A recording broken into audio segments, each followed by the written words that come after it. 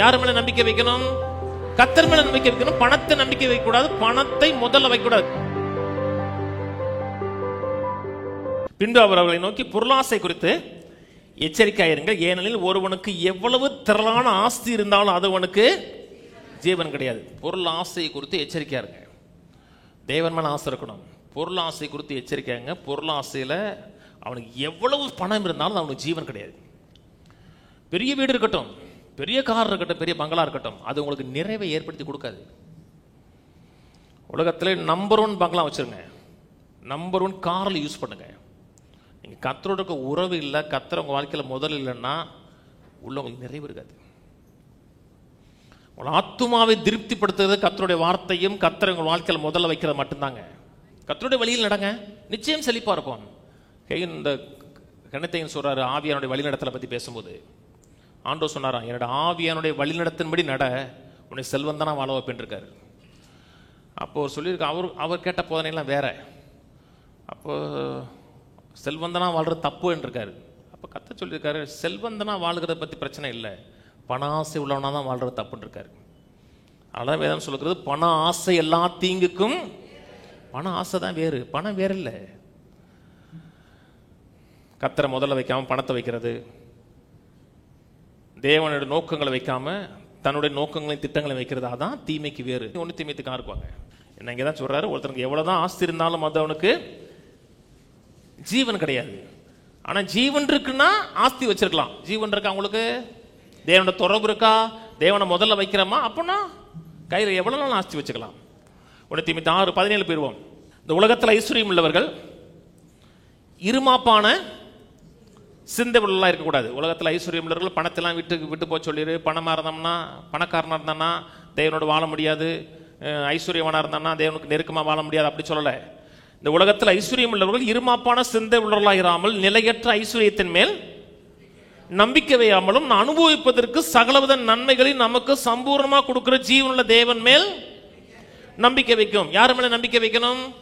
கர்த்தர் மேல நம்பிக்கை வைக்கணும். பணத்தை நம்பிக்கை வைக்க கூடாது. பணத்தை முதல்ல வைக்க கூடாது. கவனிச்சுவாங்க. எல்லாவற்றையும் சம்பூர்ணமா கொடுக்கிற ஜீவனுள்ள தேவன் மேல நம்பிக்கை வைக்கணும். கீழே நன்மை செய்யவும் நற்கிரியைகளை ஐஸ்வர்யவான்களாகவும் தாராளமாக கொடுக்கிறவர்களாகவும் உதார குணமுள்ளவர்களாக இருக்கவும் நித்திய ஜீவனை பற்றுக்கொள்ளும்படி வருங்காலத்திற்காக தங்களுக்கு நல்ல ஆதாரத்தை பொக்கிஷமா வைக்கும்வர்களுக்கு கட்டளையிடு. பெரிய கார் இருக்கு, பெருமை வரக்கூடாது. பெரிய வீடு இருக்கு, பெருமை வரக்கூடாது. உலகத்தில் நம்பர் 1 பணக்காரன், பெருமை வரக்கூடாது. அத்தனையும் கொடுத்தது கர்த்தர். நம்பிக்கை கர்த்தர் மேல. வேற எதையாச்சும் நம்பிக்கையா வச்சீங்கன்னா நீங்க நம்பிக்கை வைக்கிறதை இழக்க வேண்டிய அவசியம் வரும்.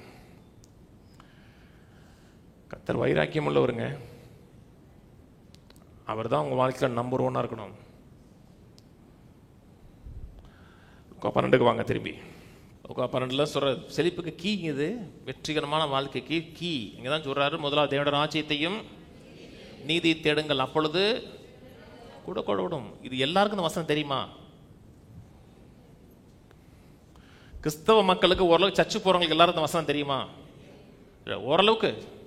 முதலாவது தேவனுடைய ராஜ்யத்தையும் நீதியும் தேடுங்கள், இதெல்லாம் கூட கொடுக்கும். இந்த வசனம் தெரியுமா? தெரியுமா? உங்களுக்கு தெரியுமா? இந்த வசனத்தை இப்படி வாழ்றமான்னு கேட்ட கிடையாது. வசனம் நமக்கு தெரியும். மக்களுக்கு பிரச்சனைனா தெரியும், வாழ்ற கிடையாது. என்னை பற்றி உங்களுக்கு தெரியும். நான் பணத்துக்கு பின்னாடி போகிறது கிடையாது, பணத்துக்காக பேசுகிறாலும் கிடையாது. இன்னைக்கு ரொம்ப மக்கள் ஏன் பொருளாதாரத்தில் சிறப்பாக வாழல தெரியுமா? இந்த வசனத்தின்படி வாழ்றது கிடையாது. கொடுக்கறதுன்னு வரும்னு வச்சுங்களேன், கர்த்தர் கொடுக்குன்னு வரும் பொழுது அவங்க பணம் சம்பளம் வாங்கணும் மனதில் வரணும்னா car EMI, 2 wheeler EMI, house loan, பிள்ளைக்கு படிப்பு, மெடிக்கல் செலவு, வீட்டு வாடகை எல்லாம் கொடுத்துட்டு மிச்சம் மீதி இருந்துச்சுன்னா கர்த்தர் கொடுக்கலாம். ஏன்னா கர்த்தர் முதல்ல இல்லை. அதில் வாழ்க்கையில் ஜெயித்தவர்கள் வெற்றிகரமாக வந்த அத்தனை பேரோட லைஃப்பை பாருங்க. அவங்க வாங்குற வருமானத்தில் முதல் பார்ட்டை கர்த்தருக்கு எடுத்து வைக்கிறாங்க.